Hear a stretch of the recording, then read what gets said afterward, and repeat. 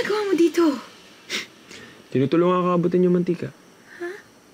Hindi, biro lang. Oh, nandito ako para singilin ka dun sa paluwagan. Ay, oo, sandali lang. Pasensya na nawala sa isip ko kasi nagluluto kasi ako eh. Aray ko. Oh. Ano nangyari sa'yo? Nabanat lang yata kanina. Patingin. Ano nangyari? Okay ka lang? Hindi, okay lang ako. Ha? Okay lang ako.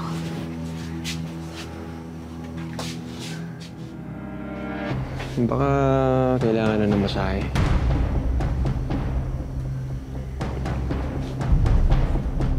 Anong ginagawa mo?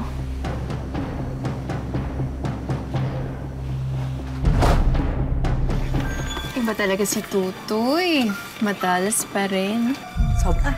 Ay, teka lang. Eh, di ba kasali rin naman ako sa paluwagan? Eh, bakit kayo lang ang nakatanggap ng biyaya? Ay, gusto din niya. Hello, ka! Ang lalaswa nyo! Magsimba nga kayo! Alam nyo, dapat pabindisyonan nyo tong tindahan nyo para mahugasan yung mga kasalanan nyo. Ay, hindi pala. Dapat ilublog kayo sa holy water. Linis mo nga. Linis mo. No! Kayong mga inggitera. Kayo mga nakikisaw-saw sa asawa ni Sarah, di ba? Ay, hindi ako, ha? Tara na. Bakit? Andiyan si Sarah. Naku, baka mahawa pa tayo sa mga kakapihan ng mga higad dito. Ay, naku, buti pa nga umalis na kayo. Oh, ba't umalis mo ngayon? Alam mo naman si Pam, bagong sahod, nagmamadaling umawra. Nagpapainumata dun sa mga boys niya.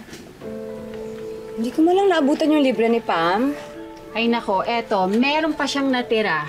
Oh, kumain ka na. Talaga, walang bayad yan, ha? Wala para sa'yo yan. Libre ka ni Pam? Libre yan. Oh, bigyan mo na sauce. Yan, salamat.